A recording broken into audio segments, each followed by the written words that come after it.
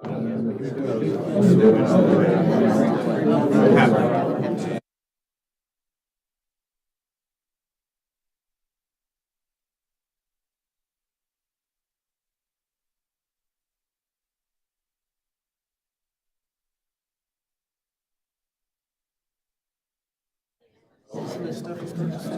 yeah, came in at 23. Good morning, everyone. Good morning. Glad you could make it on this wonderful sunshiny day.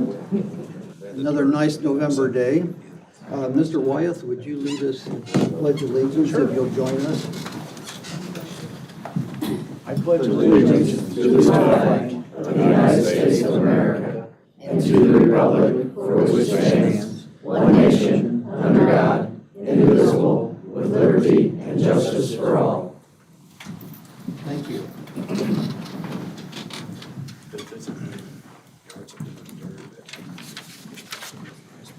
Note that all council members are present. First order would be approval of the October 21st council meeting minutes.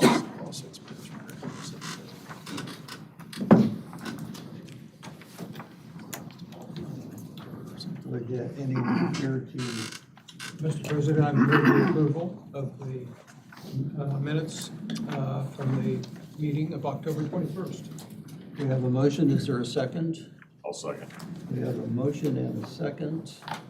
Discussion. All those in favor signify by saying aye. Aye. Opposed? I'll abstain since I wasn't there. 6-0 with an abstention. Okay. You put me do this now. Old business. We can do it now. I had it last in order, but that's okay. We have, Mr. Cox had provided for the YAP plaques to be distributed to the different entities that were involved with that. If you want to. Yeah, the council approved doing it, so I went ahead and had it done, and the bill came up to $185.58. Do you need this, or do you have it already? Yeah. Paul will take care of it. Okay, that's it. So I make a motion to approve that amount. We have a motion to approve. Second. We have a motion and a second. All those in favor signify by saying aye. Aye. Opposed? 7-0 passes. I'll pass it.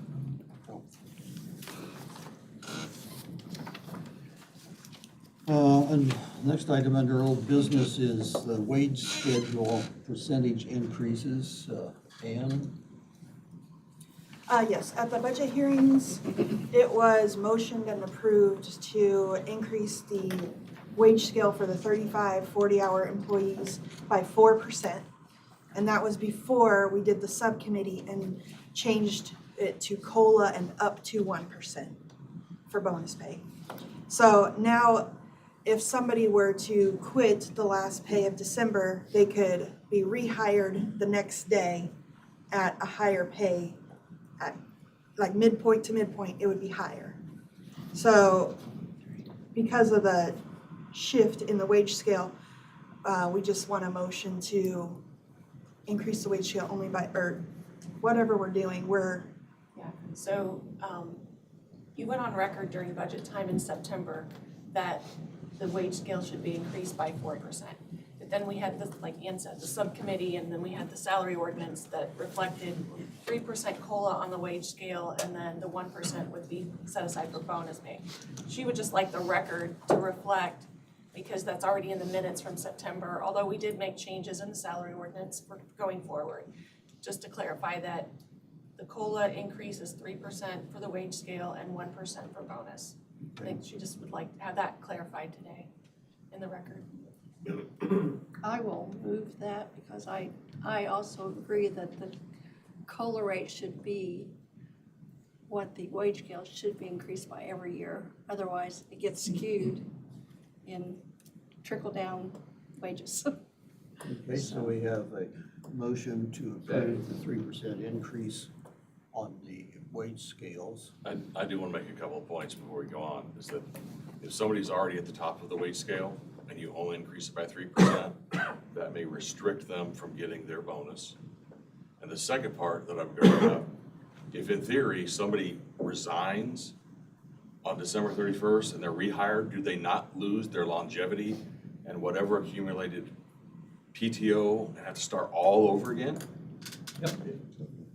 But I think the argument is you're right, and yes, she's right.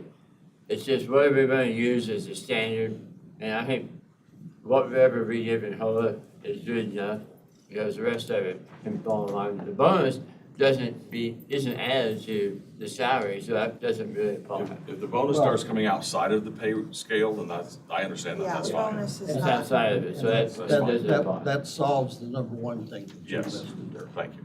And I thought Eric made a motion during budget workshops, that you could go outside the wage scale if you're at that top point already. Did you not make that motion? If there was some type of Like, freak out I there. think the motion was if anyone is at the max, they are allowed to receive such and such. Then that was your question, wasn't it, Chuck? Well, if They were the at the- bonus pay is outside of the pay scale, then it's kind of a Okay. moot point, so thank you. Yeah. Okay, so we have a motion. Is there a second? Motion and a second by Mr. Cox. Just further discussion. All those in favor signify by saying aye. Aye. Aye. Those opposed? Aye. We have a 6-1. Mr. Watson, thank you. Next item, Ann, is the chief deputy's bonus pay confirmation. Yes, when I was calculating bonus pay worksheets, the chief deputies receive evaluations every year. And part of the subcommittee and that decision for the salary ordinance was that those who received evaluations would receive bonus pay based on those evaluations. But previously, they usually follow their elected officials. Like if they receive a 4% increase, the chief deputies also receive a 4% increase. So I think the question was, which one are we going with? Are they matching the elected officials, or do they receive the bonus pay based on evaluation? Discussion? Well, it was my understanding that the chief deputies they had evaluation, but no, they didn't receive any bonus pay for evaluations, because their salary is directly tied into the elected official. And if you give the elected official, for example, a 4% raise, and then you calculate 85% of that for the deputy, then that's their salary. Now, yes, that comes out to a pinch over 4% because their salary is less, but it's minute. So that makes it easy to figure. It doesn't have any other come into play. And I think that's the better way to do it. That would work if all of the chief deputies are truly at 85%, and they're not. Well, they should be, and that's what And we I'm not need saying to that they're correct. not, but what we discussed, and I think if Dave and Larry might help me with this, I thought in the salary hearings, the decision was made that the chief deputies were included as far as everybody else. The only ones who were excluded were people in the matrix or elected officials and department heads, because they were given pay raises directly to them. They're not on a normal pay scale. They're not in a grade somewhere. That's what my understanding was. And I'm not saying that that's the way it has to be, but that was my understanding, is that what we came to in that meeting. And Nancy, you were there too. You might remember for certain. Yeah, the longevity thing, I'm trying to keep my mouth shut. It was my Just understanding messes it that- up. It messes the whole thing up. So we don't really have longevity in the sense that we have years of service. That's part of the worksheet now. So, but it was my understanding that if you had an evaluation done, you were subject to the bonus pay worksheet. The reason too, you think about it, that an elected official is term limited. So for them to be able to get the Not all years of of us. service, well, certain ones, Hey. certain elected officials are term limited. For them to be able to get the years of service maximum on the bonus pay worksheet, not all of them could potentially get that because they have to be elected. So on the 85% rule, that was something I think that was put in years before. We didn't talk about it for this salary ordinance. That has to be reconsidered every year, whether that's going to be a thing or not. I think right now, it's a recommendation, but it's not really a hard and fast rule. That's how I would view it. I've got a couple of questions as I wasn't here at the last meeting. So, did you keep the increase for elected officials at 4%? I don't think we should do that. I mean, employees' wages aren't going up by 4%. They can't. It's 3% max now, plus they get a bonus. I don't think we should increase ourselves more than the employees should. And then, do the deputies, do they get a bonus? Or no? That's Like the way merit deputies? No, the deputy Chief department deputies. heads. That's what we're asking. That's the I question. don't see how they can get a 4% increase and a bonus. They're getting more than everybody else is then. Well, I think the question is whether they, Either the or. 3% is the COLA, the 1% is to factor the bonus. Whether the bonus, you use the worksheet to calculate the bonus, or whether they just get the 1% full amount. But don't the chief deputies get the 85%? And I sent you all a worksheet, it's all different. It's all different. 4 of them next year will be better off with the percentage, and 2 of them are worse off, kind of like Tiffany's case was. She was worse off, so you bumped hers up. So is it fair to say we do the higher of the 2? I don't think that's probably a good thing to do, but maybe it is. I would just say, I don't think 85% is a factor unless you want it to be a factor. So right now, we haven't. It was voted on about 3 years ago before we merged wages. Merging the wages, if they were kept separate, it would be okay, as I think we've talked about. They're not kept separate, so it skews everything, but the way it is now, the chief deputy is getting 85% of the elected officials' longevity. I had $1,500 in longevity, so my chief deputy, under this scenario, will get 85% of my $1,500. I don't believe that's right. So they're already getting more, depending on, probably 4 of us we're 15-year people. So they're getting more, those 4 people are getting more because of that. But So- that's not if you go with the evaluation. They will get any kind of years of service pay will be based solely upon their years of service only. So then you would do away with the 85%. I think you'd I have to do think away it- with the 85% I or think base it- it on their actual wage. Basically, yeah, if we're doing they're getting the evaluation, and they just go from here. And I kind of thought that's what we've done anyway, because as I look at it, I don't know that anybody's at 85% as far as chief deputy goes. I mean, I know that you did it. I don't remember anybody who's actually at 85%. Is there?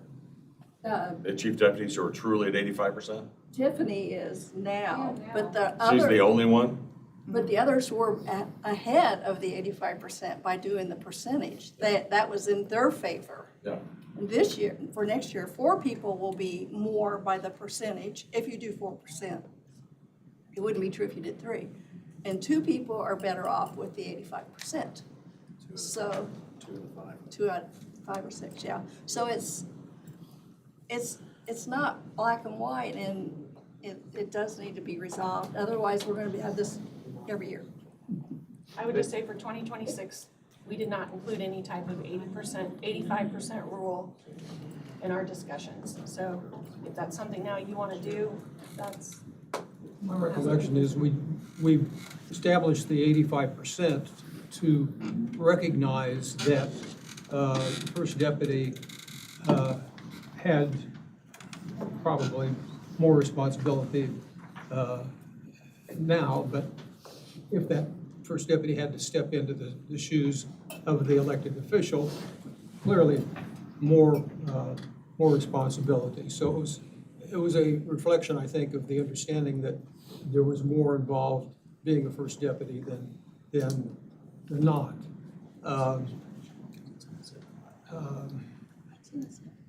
And I guess since we didn't really recognize that, we do have to solve it. And we might as well do that today, because as Nancy said, if we don't, we're gonna have this situation every year. So we either do away with the 85%, or we recognize it to the exclusion of the recognition, or not recognition, but the increase for that classification. I would just argue, since you haven't adopted it, it is not now a factor, so you're not really doing away with it, it's just you haven't adopted it as part of this salary ordinance going forward that we're gonna be preparing. Well, I think we need to recognize that we are doing away with it, even though. That it's a recommendation and maybe not just a hard and fast number. I don't know, I don't know if we did that by ordinance or by, but When the 85% was 85%? just done by motion at budget, at maybe 3 or 4 years ago budget okay, meeting. okay, so, Well, I think that's the two questions. One is if you want to do it with the 85%, and if we do, how does that change the picture? So, we don't want people to lose money. And then the other question is the bonus pay for the chief deputies, if you want to do that or not.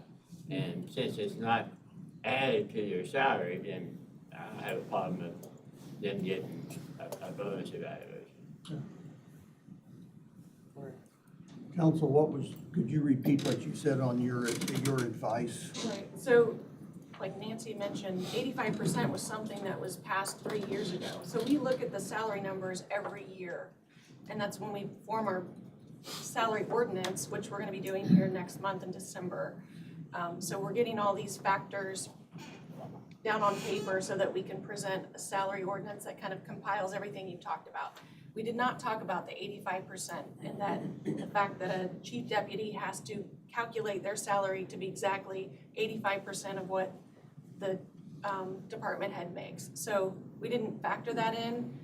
That was a factor 3 years ago, but it hasn't been a factor in what we're preparing for next year unless you want it to be. So if that's something you want to include,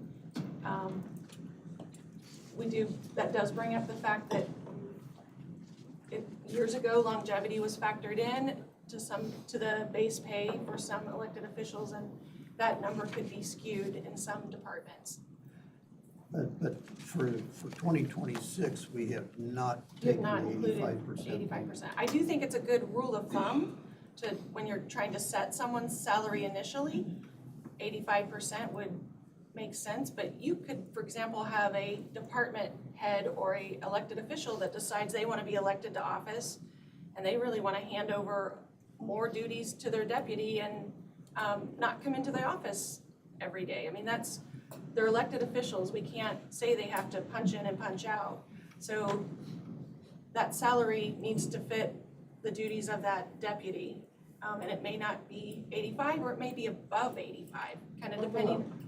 Or what? Or below. Or below.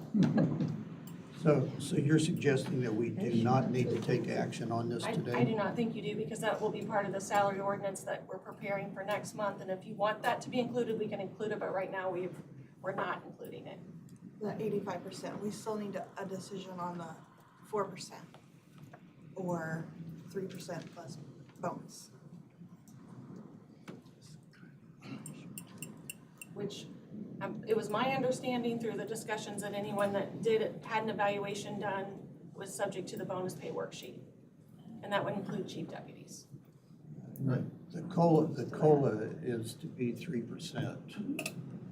And so we've converted that fourth 1% is into a bonus rather than being an adjustment to the overall wage scales. Correct. That fourth 1%, or the 1%, which makes it for elected officials, they don't do the bonus pay worksheet, so they just get the 1%. Well, they're not evaluated. They're not evaluated, so, right. Okay. Do we need a motion to clarify all that? Yes, sir. And do you have a number on what the effect of this is for those who are short of the 85%? No one is short right now. No one's short, okay? Going into 2026, if you do the 3% plus a bonus pay, technically, a couple people could fall short. So we're talking a very minute amount of money. Let's don't get hung up like this on like the federal government. This is pretty small potatoes in my opinion, so. But it is important. Oh, it That's is. why, I that's agree, where we're Nancy. missing the plot. And that's where we need to set this tone, so then that way, whatever the changes are in the future, if we're gonna use the rule of 85%, that's what we're gonna do. Whatever we do, whether it's this council, future council, 3% COLA, 1%, da-da-da-da-da, elected official gets X, his chief deputy is gonna be 85%, the longevity is no longer, because that's what's making this mistake for us in our calculations. So let's get down to the brass tacks, what kind of money we talking about, and let's make a decision. Mr. President, I move that we do away with the consideration of the 85% for first or chief deputies, just so it's not an issue now or in the future. Okay, we have a motion. Is there a second to that motion? I'll second that. We have a motion and a second. Is there further discussion? One thing I can say, Larry, is I'm not against that idea as long as when we do our figures, it doesn't short anybody. And we can take a hard look at where that makes them fall, because they have more responsibility and I want to keep them up there. So we just need to take a hard look at the figures next month. I'm going to call for the vote here. All those in favor of the motion signify by saying aye. Aye. Opposed? Aye. We have to be 5-2 approved. We still need And then to, question number 2 is the bonus pay to the chief deputies get back. yeah, if you guys want to use the evaluations, can you just make a motion to use the evaluations this year or give them the 4%? Yeah, I made a motion that we give the chief deputies the 3% plus the bonus evaluation. We have a motion. Is there a second? I'll second that. I am in favor of that, but I would not have been in favor of 85% plus the performance, because the 85% is a very generous figure. Okay, so we have a motion and a second. Is there further discussion? Hearing none, all those in favor signify by saying aye. Aye. Opposed? 6-1.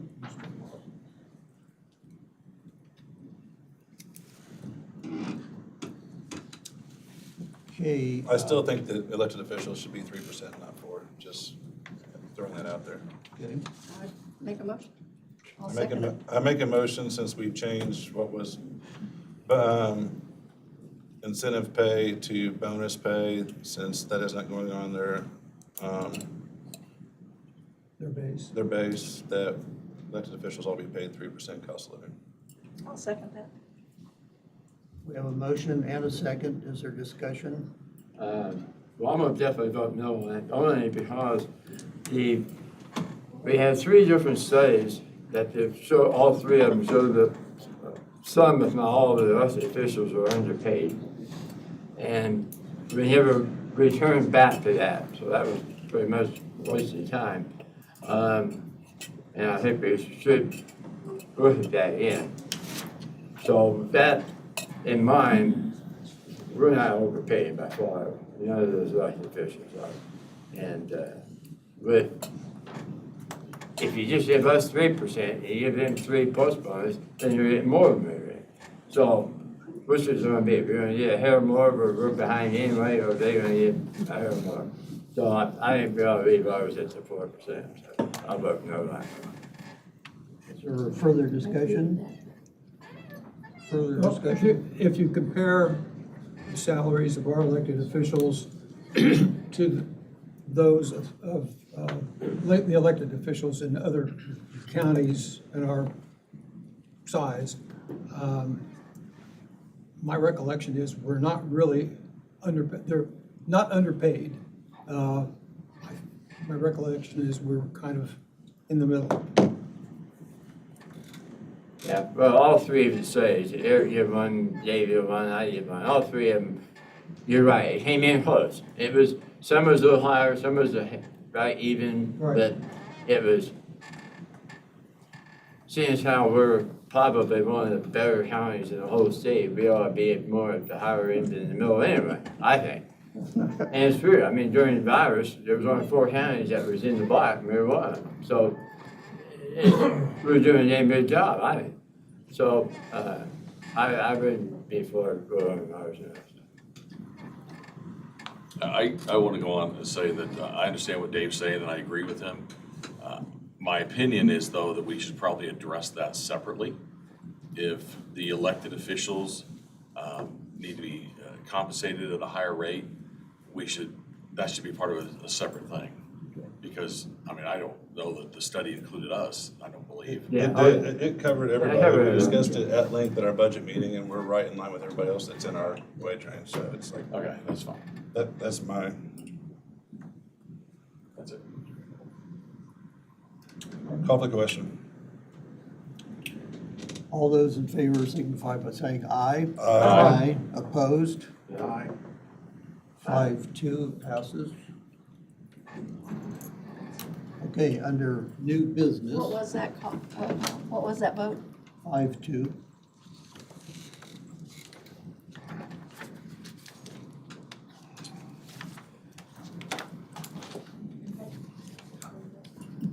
Under new business, Dave Cox, have you down for an item, I think? Yeah, the first one is the calendar. Something came to my attention, I've been thinking about it for a while. It used to be, our meetings were the first Tuesday of the month.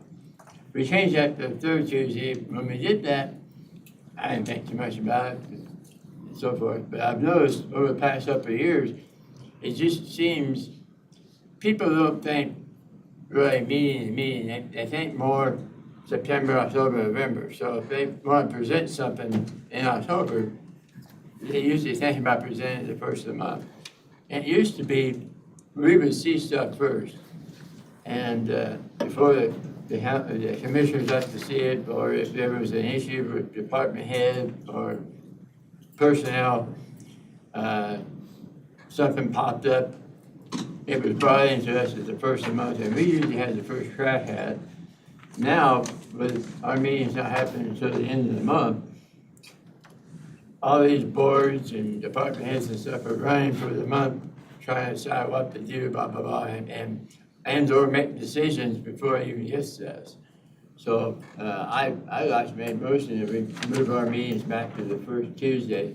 One other issue was, I was at a meeting, a redevelopment meeting the other night, and they have to make a decision in January, and they had to make a special meeting at the end of the month because we appoint members to their board, and so they couldn't make that call until after the appointment. So it's throwing people back. So I just think it works smoother if we're up in the front instead of the rear. We were on the third Tuesday forever, and then we went to the first Tuesday, and it caused issues, I think people getting their claims and Yeah, I was probably the driver of the first Tuesday because it is a bear for the auditor, because sometimes the first Tuesday's on the first. Yeah, And- after a holiday. Right after a holiday, yeah, and it's chaotic for the auditor's office, so I requested that. because we were originally, when I first started the council, we were the third Tuesday, Yeah. then we went to the first for a year or two, and the auditor's office said it was extremely difficult. to Yeah, make that if work. we could have a second or fourth, or second or third.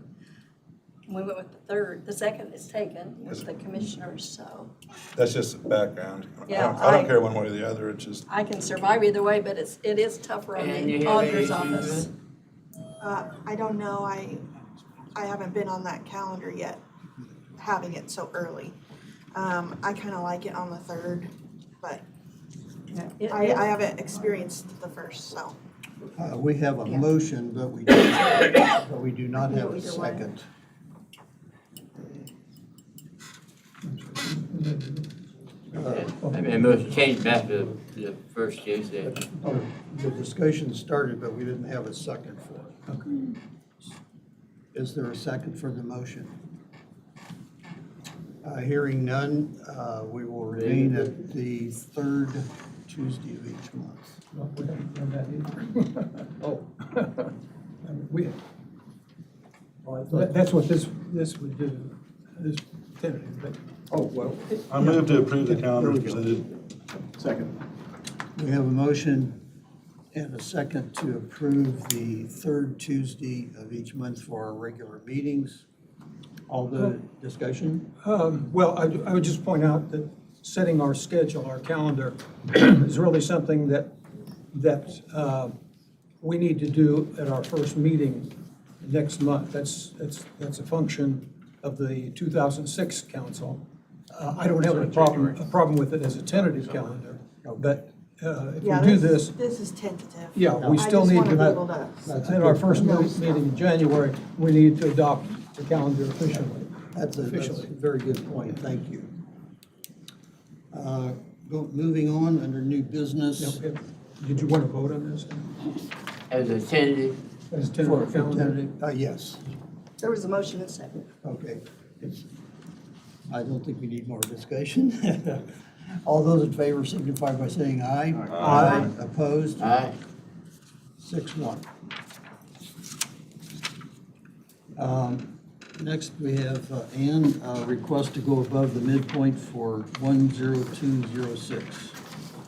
Yes, the salary ordinance that you guys amended last month had the new policy in there where if somebody wanted to go above the midpoint for a new job, a new hire, or a new transfer, they needed council approval. I had an employee leave, and it was a grade 26, and an employee in a grade 29 wanted to replace them. And this was not my decision. She is fully capable of doing a grade 29, but she is volunteering to switch jobs because she prefers that job. She is capable of doing multiple tasks, multiple positions in the office. So I am requesting that since she's moving down, since the person before her was above midpoint already, since she knows all the positions in the office, we do not need additional appropriation because that position has been left empty for a few weeks. I'm requesting that she be moved to 2850. And this would be a person transferring into a new position. Comments, motions? Couple questions. The former employee above midpoint was because of that employee's performance, correct? Okay. And it appears, and I know these people both intimately, personally, friends, so I need to stop saying I'm sorry, but I understand what you're asking, but it appears like you're asking for the person rather than the position. And I'm fully aware of that position, and it is graded appropriately, in my opinion, so. Yeah, and I'm not requesting a grade change. The position is still a 26 position. But this employee is also going to be training the new person that is replacing her. We're also having the end of the year reports that are going to be due for grants next January and February. So she's going to have to do multiple jobs at one time. And she'll also be training. And I feel like, yes, it is about the person a little bit, but it's also a desperate plea because she would be excellent to fill this position. Comments? Yeah, I know where Nancy's coming from on this. I think the spirit of the resolution we passed here was to do this, was to make the department head come in and explain to us why they were messing with stuff. That's right. And I think she's done that, she's done a good job of that. It's basically, the employee in there now is 27, 26, and she's asking for 28.50 for the switch. So it goes up a little bit, but it's still in the same pay grade, and it's highly justified with their abilities and their their job performance. So I think this is what we wanted. We wanted to come in and explain these types of things to us and not do them willy-nilly without us seeing it. So I'm for it. Further discussion? Well, I guess I'm concerned, and I understand the argument, but I'm concerned that we may be establishing a precedent that we don't want to establish.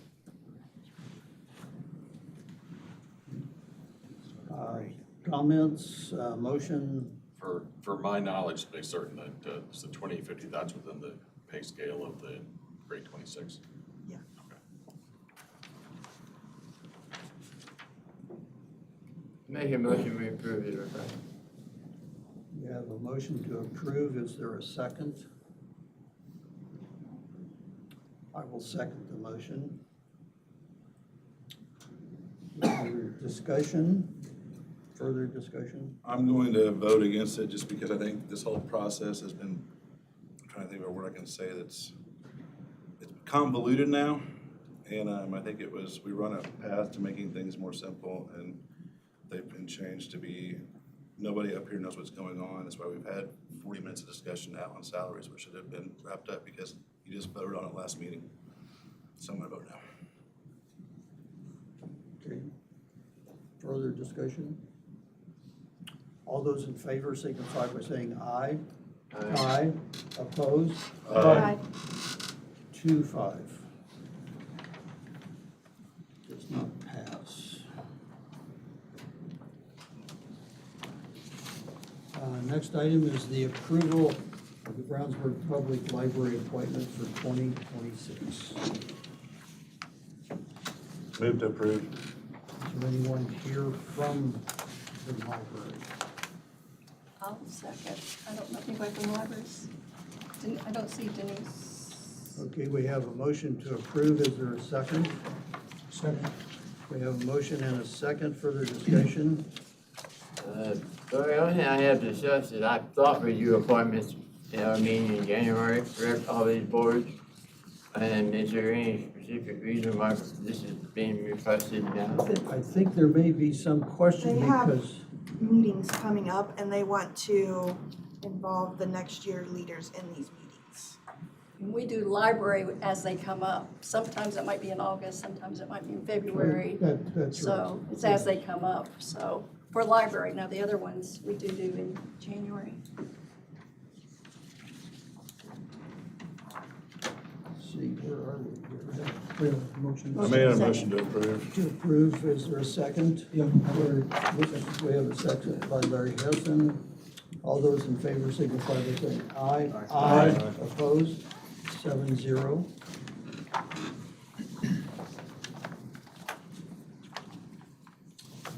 Next item is the approval of the Hendricks County Park Board appointment for 2026.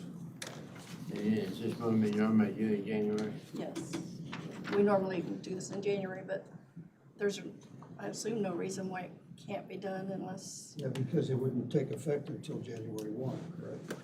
that seems logical. Can I speak Oh, to there's, Yeah, yes. There's Ryan. Come up, please. So Mr. Eisenhart is a very valuable park board member, but we have the votes coming up for our administrative office for Gibbs. He needs to be able to vote on that at the beginning of January, so we really need action now. if we don't meet to the third Yeah. Tuesday. You got a project plan? We've got a big project planned, yes. Those bids will be revealed in the Government Center on December 18th, and I plan to have those proposals ready for the park board beginning of January, so that is why I requested this. This is as a matter of point. Someone on a board, if it expires at the end of the year, they stay on the board until they're replaced, don't they? I think that's normal. Yeah. Which is, so it's really come in play, but I'm fine. I made a motion to approve. We have a motion to approve. We have a second by Mr. Wyeth. Discussion. All those in favor signify by saying aye. Aye. Opposed? 7-0 passes. Thank you. Next item is the Hendricks County 2026 Budget and Sustainable Review. Mr. Veritas? Thank you. And good morning. So Ann, I believe you sent this to the council a little while ago, correct? Okay, so this is the October 15th. I've got it labeled October 15th, 2025. And just for the audience, my name is Greg Garatas. I'm independent financial advisor to the county and work and live in Hendricks County. So we have prepared the October 15th version, which is the final version for this year of the 2026 budget. As you know, this went to Standard & Poor's, and during our process of working with them, we were able to maintain our excellent AA+ credit rating on our new Ronald Reagan bonds that I'll be talking about next. And so the thing I did want to caution you about is if you, because things are really good, but you should always be aware of things that may be out there. And one of those, if you went to page 11 on the revenues, you will see that right now in 2020, What do you want? 11. Which document? We have two documents. We have, Oh, the sustainability document. there is yeah. no page We 11. don't have every page. Yes, Okay. the emailed version was a full version. There's a full version there, and there. Okay, They have the summary. There. It's crypted here, so you're gonna no problem. It is 180 pages. Remember, it's split into two sections. It's split into the fund-by-fund analysis, and then all the detailed information that the rating agency uses on assessed valuation, tax rates, debt that's outstanding, and things like that. So if you, on page 11 of the full version, we had in 2022 interest of 1.7. And now we have in 25 budget, we had 10.2 and 9 in 26. As that starts going away, revenues will be less than expenses, is what it's starting to show. So now, if interest income doesn't go away, we'll be fine. But we will start, as that goes away, if other revenues do not go up, and we do not expect property taxes to go up, and lit will be a story for 27, 28, 29 maybe, depending on when that finally gets authorized to go in, the new lit. So I just want to make you aware that we've got to be kind of careful with that interest income and if it erodes, okay? And so that's specific to the general fund. If I can use your version, so then I don't mix them up. And you'll want to look at that when you look at the general fund and the revenues, okay? That's one of the biggest ones I think will be impactful in the future unless you all believe that the interest earnings rate will stay high, which I don't believe it will. Eventually, it will go down too.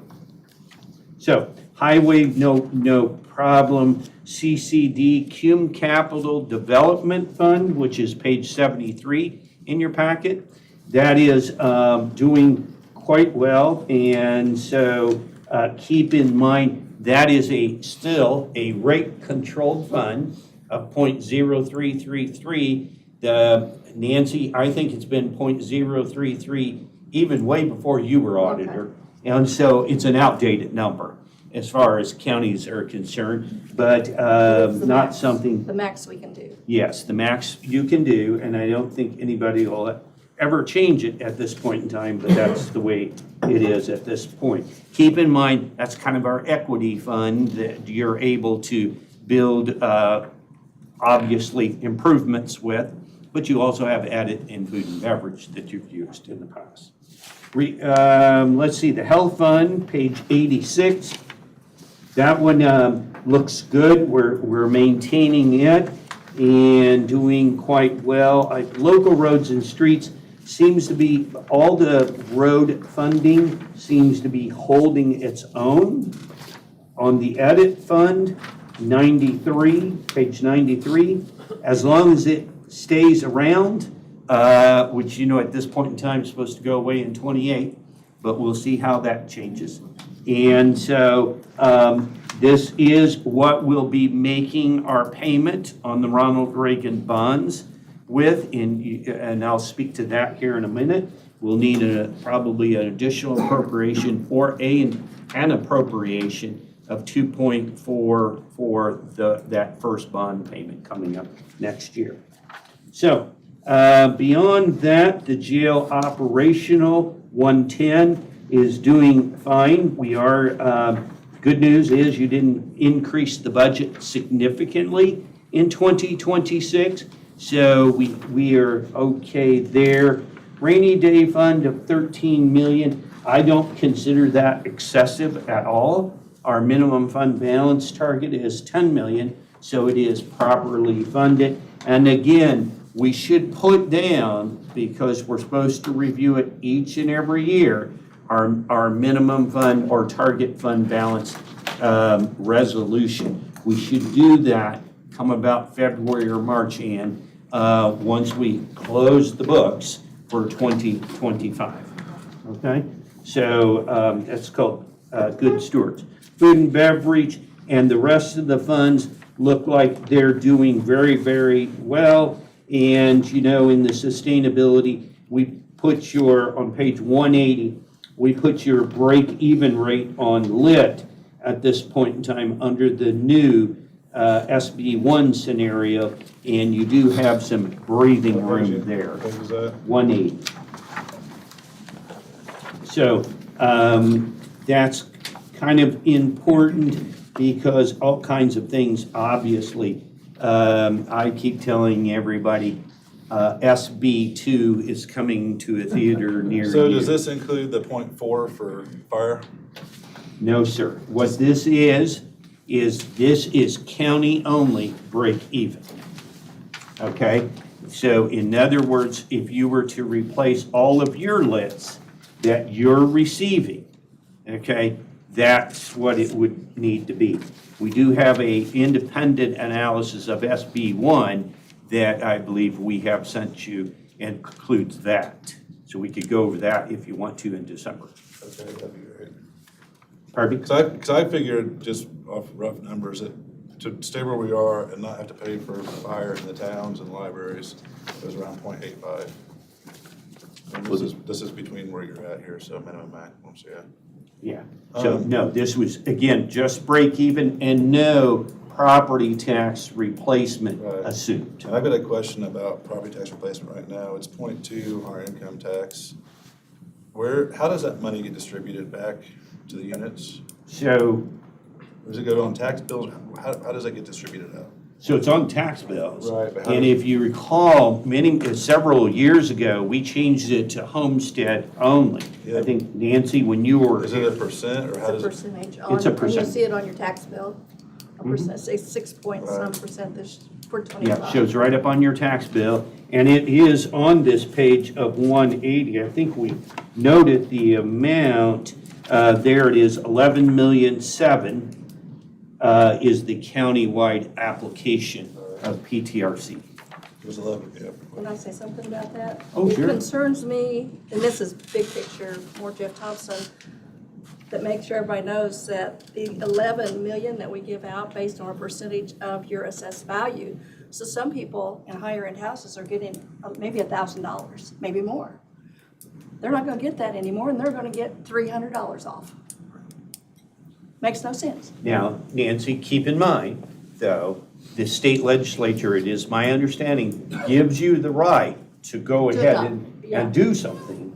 And you might choose 0.10, you might choose something else to make that happen. So there is a road for you to go down. We have not assumed that road in this That's note. us raising taxes. And I'm upset. It's council. I'm upset at myself that I never thought about this in the past, but what this is doing is taking money from everybody that works and giving it to homeowners. So this is disproportionately, it hurts people that rent, they're paying for people to have low property taxes. Oh, And it never hit me until this year, and I'm going forward, plus it costs me more than I get back, so. right. So what we want to do is take a little bit of time at one of the council meetings, go through the detailed presentation. And what I'm trying to do for most of my county clients is I'm putting the SB1 version together, and I'm going to call it the SB2 version together, and you'll be able to track the changes as we go through. Do you know when the state plans on having like actual income tax revenue for the towns to see what their tax rate? No idea. And then, this $300, up to $300 credit, is that this 26 or is that 20? 26. And where is that coming out? It's the lesser of 10% or $300, and it's coming out of your Out of revenue what fund? in the circuit breaker. It's additional loss, okay, that's spread. And so if you notice, we had your circuit breaker in the sustainability going up approximately $2 million. And that is based upon additional, the circuit breaker, I had it written down, was on, if it's included in your package, circuit breaker was So the county's portion of that circuit 153. breaker is Pardon me? $2 million is the county's portion of that. It's that and additional circuit breaker. Okay. Yes, sir. And then. Sorry.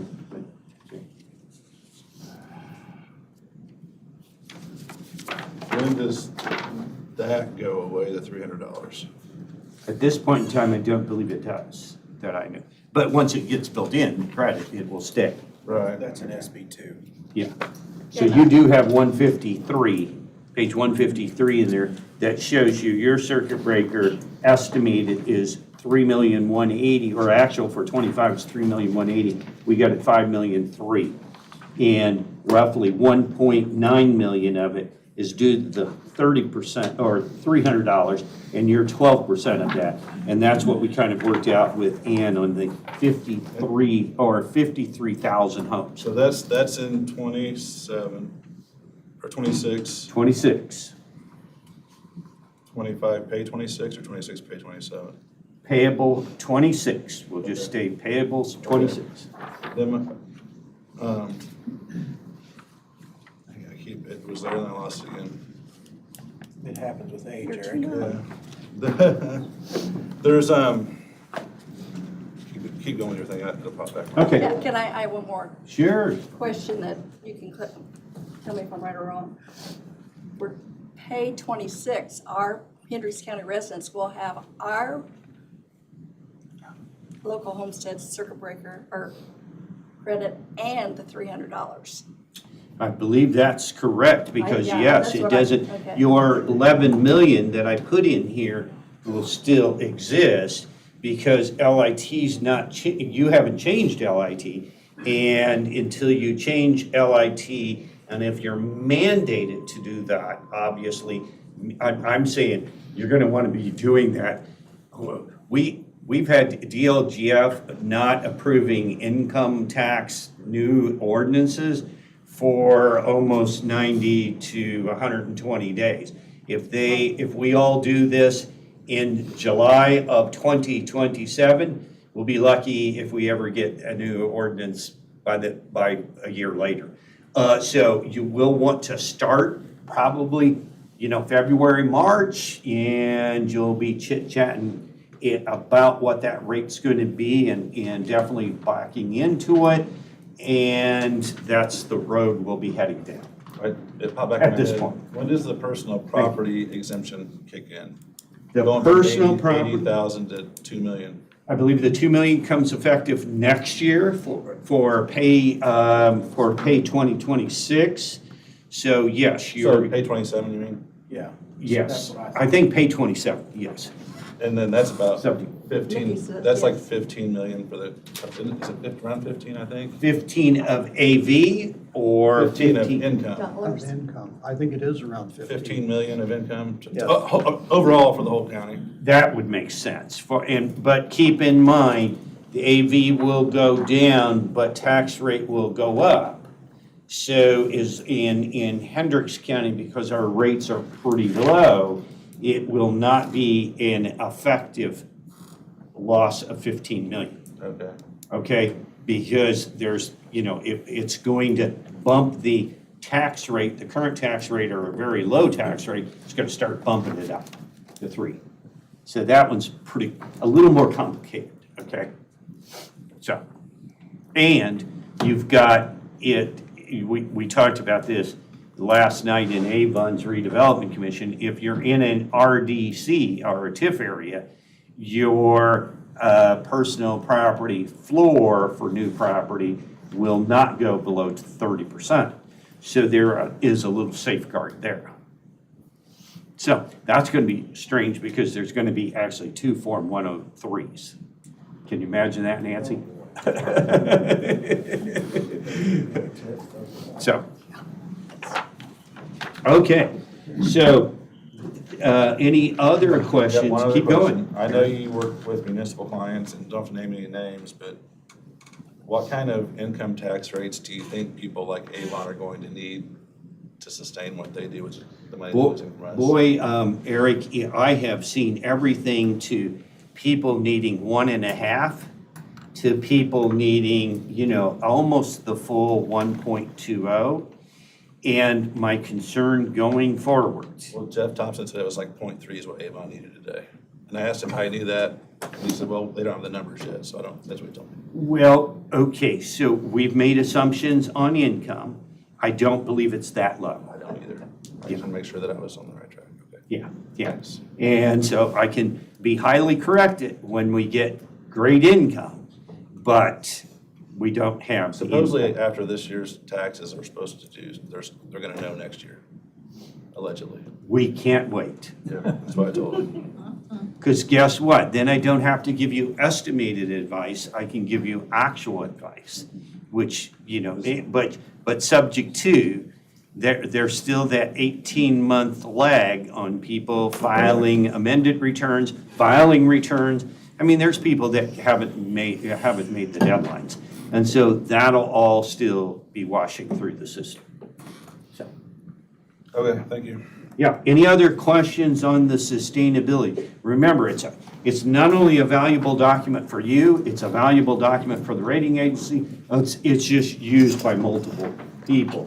And again, they really like the fact that we go out 3 years and kind of put the picture out there. And I've used a small 2% increase in payroll. I mean, I've backed it off from not for the 26, but for the 27, 28. That's going to be a matching up to the interest income. So, okay. I just, going through this, the detail, it's overwhelming. You mentioned the number of pages. There is so much information here. And Larry and I were talking, you've been our financial advisor for quite a few years now. And you've led us, I think, in the right direction in so many ways to be where we are now fiscally as a county. And I greatly appreciate what you've done for us. And we were talking about counties that don't have financial advisors. I don't know what they're going to do. So I just wanted to express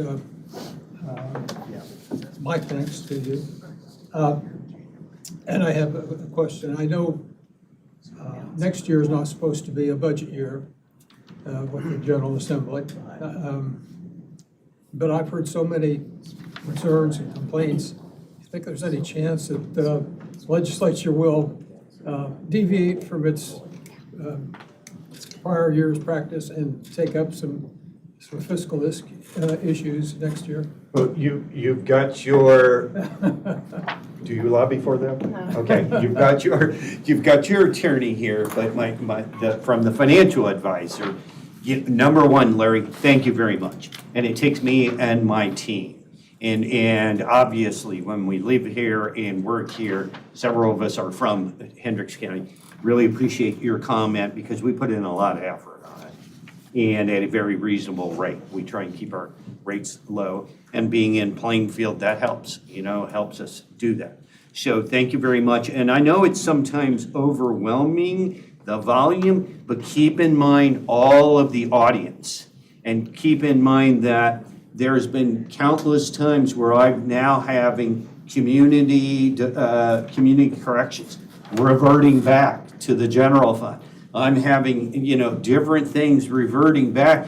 And some of the counties are like, oh my God, without this, we wouldn't have known that. And so what we found is that, we've gotten calls from counties down south. They're like, we tried to do this on our own and we're throwing up the white flag. And we've got more county clients than we've ever had. And so, and rightfully so, because they missed some opportunities and it should have become obvious. Do I think they'll try and avoid as many financial issues as they can, but there are corrections that have to come. Okay, there's no doubt about it. And, I know there's some counties trying to do the same good things, the same things they've always been trying to do. So, but again, I appreciate your comment. So. One other question. And again, I appreciate your efforts and the fact that you've helped us maintain our excellent bond rating. Despite that, were there any concerns raised that we need to be aware of, something that we can avoid for the future? Let me help you there. First of all, this interest income could turn on you. Okay, and I really want to impress on that on you. Your IT director and I were in the hallway, maybe elsewhere, but in the hallway there, and we were talking, keeping not being hacked and not having all of that, which we've seen it. I was on a ratings call yesterday, and we had to admit that one of the legacy systems in one of these areas had gotten hit. And so I don't believe you can spend, you're gonna have to spend some money there, a lot. And to keep it very, very safe and keep it very, very redundant. But I'll defer to your IT director. That's one that S&P is really looking for. And our capital improvement plan, I know in talking to the commissioners, staying with your manager, having your target fund balances, having your capital improvement plan updated, and knowing what's out there and what's coming, because I think we can be able to use some of our cash to get some of these other things moving a little bit, but maintaining stability in what I call a very big aircraft carrier is the key, no doubt about it. And did you get a copy of the S&P report? Yes. Okay, they kind of point that what goes up can go down. And so that's the point. So thanks for the question, that's important. There are some of those snakes that are in the grass that you want to see them before they bite you. Greg, you said something about interest income. Are you concerned about what amount of funds we have as well as the interest rates coming down? I'm more worried about interest rate going down, I think, and if that happens, then your cash balance will go down in certain funds. Okay, and what protections they will put into place to, do we end up with a 0% growth quotient? Like I told you, I think it's going to come pretty quick. And, if we end up with a 0% growth quotient on property tax max levy, then it's going to get tighter. Should I tell a quick horror story? Sure. That we experienced? I mean, that's up. We experienced it. Previous treasurer was Amy Roberts, and her last year in office was 2007, $4 million in interest. My first year as treasurer, 2008, the crisis, the housing crisis. Our interest was $200,000 for the year, from 4 million to 200,000. Yeah. You couldn't get a bank to take, there was nothing. So, I mean, it can happen. You Yeah. never dream it can, but And our 10 million could just have, and if you look at the numbers, you're gonna see how quickly that can get out of balance. So, okay, Thank you very much, Any- Greg. You're on the next item. okay, perfect. The next item, by the way, is the update of the Ronald Reagan Parkway Oh, bonds. she gave you the preliminary analysis on the 1782. If you'll take one of those and pass it around. So as you should be aware, if you attended the ribbon cutting, thank you. We got awesome, let me back up. For what, 2 years now, we've been working on the next miles of Ronald Reagan Parkway as a group on the capital improvement plan and all that. So I couldn't attend because we were deep in middle of getting these miles built so as you know, we got excellent bids. I mean, we were projecting what, $55 million bond issue, and we're now at a final number of 30 million, subject to John's numbers of including the inspection and including some contingency because it's unknown territory, right? And so he approved that amount and sent us an email. So what we've been doing then is interviewing underwriters, and commissioners signed a contract with Baird & Company, and this is their numbers. And where we're set, what we're set here is to actually sell bonds tomorrow. Okay, so this was very, very timely. So if you look at page 1, we are generating, as I told you, a premium, and that premium will go to reduce the bond size, but provide a $30 million construction. So I believe we'll be down, and again, these are all preliminary, subject to the market tomorrow. And what we do is all day we audit them in the market. We'll be on something called game day, real time, and we'll keep an eye on all the orders coming in. If there's over subscriptions or under subscriptions, if there's under, the interest rate may have to bring up a little bit. If there's over, it may get bought down a little bit. So that's what happens all day tomorrow, and we're crossing our fingers. Nothing happens, let's call it stupid, in the country or in the world. You know, because that could have some impact. So, I remember when we sold the bonds for the jail, it turned out we were the only bonds that day that had a rating of AA+. Yeah. The only one, period. And we got a wonderful rate, just under 2%, as I recall. I usually say 2%. So fingers crossed that tomorrow might be somewhat similar. yeah, we won't be that low because today's world. No, I'm talking about being the only one. Yes, yeah, and I believe, you know, the market is pretty, there's a lot of schools trying to get some things in this year. There's some entities, and, you know, this is why we're trying to be before Thanksgiving, and because it'll even get busier after that. And so, yes, sir. Why on page 2, Okay. do we not just pay it off in 2041 instead of taking it out in such a small amount for the next? Because this is preserving the TIF district, okay? If the TIF district is bringing in $2.4 million So it a says year, continue to get money from it. yeah, we'll be able to build more infrastructure. Yeah, that's exactly why we did that. And again, look at the very top of the heading. It's lease rental bonds, which we met with the redevelopment commission. Dave was there and Dennis was there.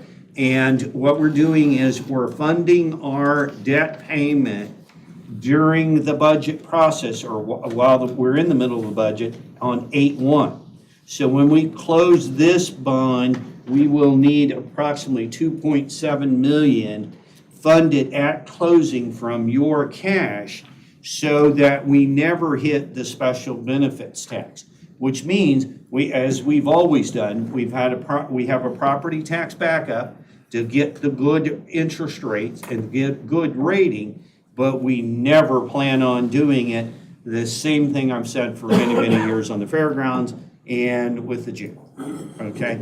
And so that's the intent, and we're looking at whether she will need to do an additional appropriation to get that 2.7, or will you be able to move some appropriations around and get it?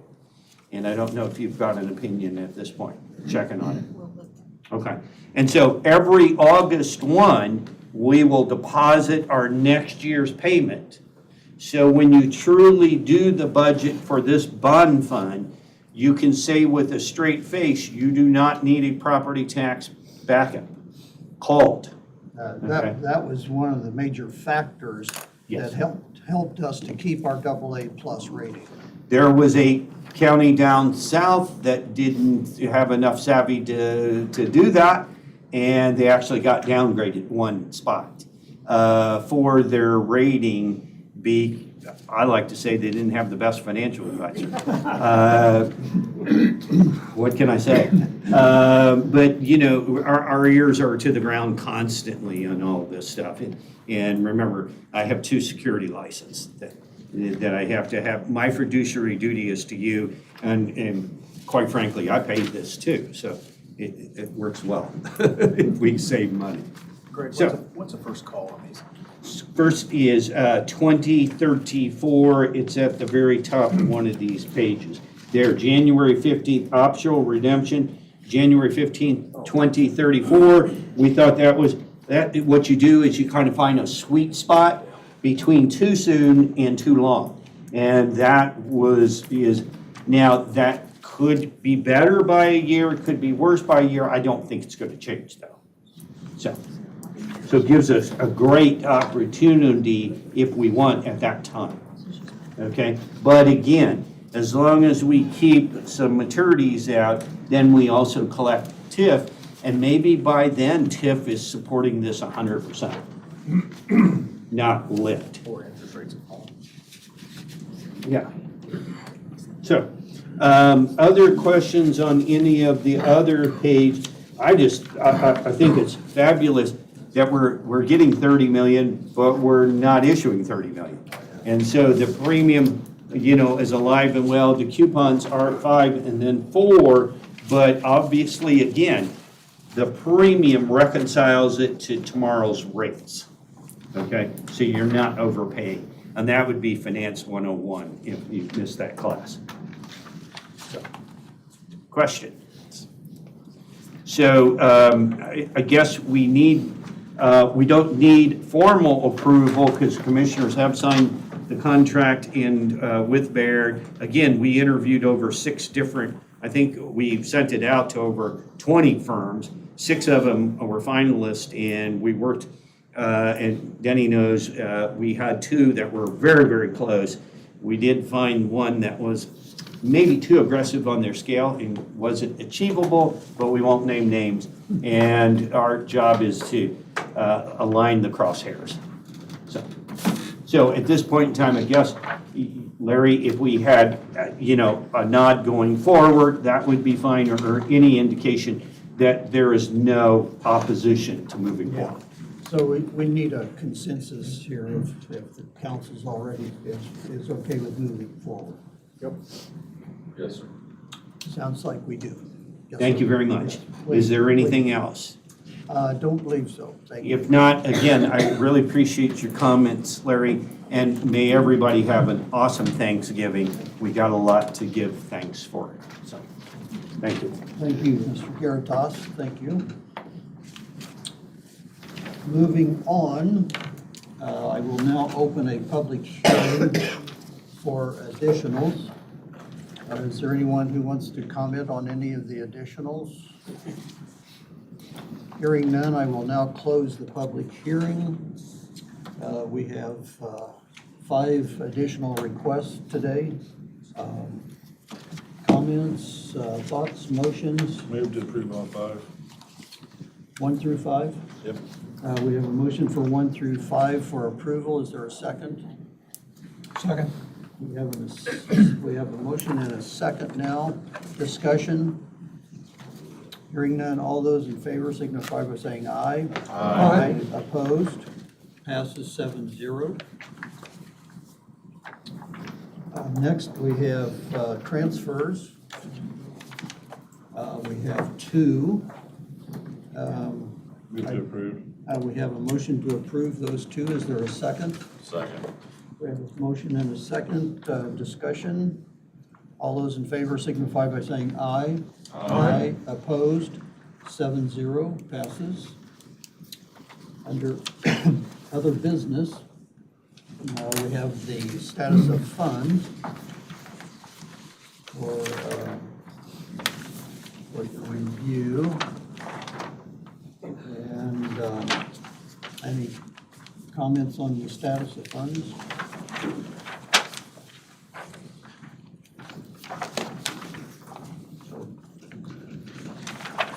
So nice to have it on a 11 by 17, thank you. No comments, no thoughts? Moving on, we have a commissary report. And is there any questions for the sheriff on that?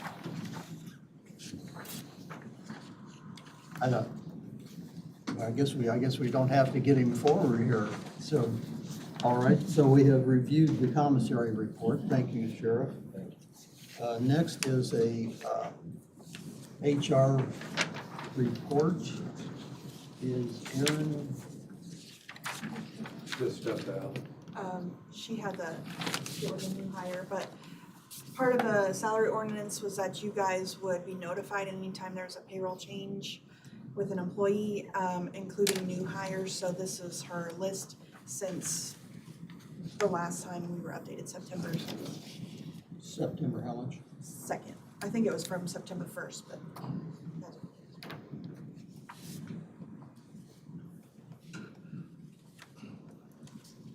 Is there any comments concerning those? Hearing none. You know what might be helpful? Sorry. We don't know what to compare that rate of pay to, Yeah, so that probably would be yeah, from where it was to where it would be. right, where Yeah. the That- salary scale was, or, Yeah, that'd be a good addition to the chart.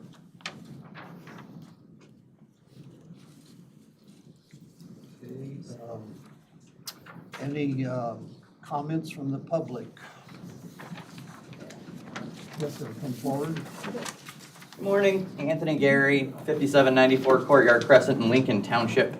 In the August meeting, I made a mention that the agenda was published to the county council website, but the information package was not, and you guys, along with IT, whoever orchestrated getting those into the next several meetings, including this one, it's helpful. Thank you for that.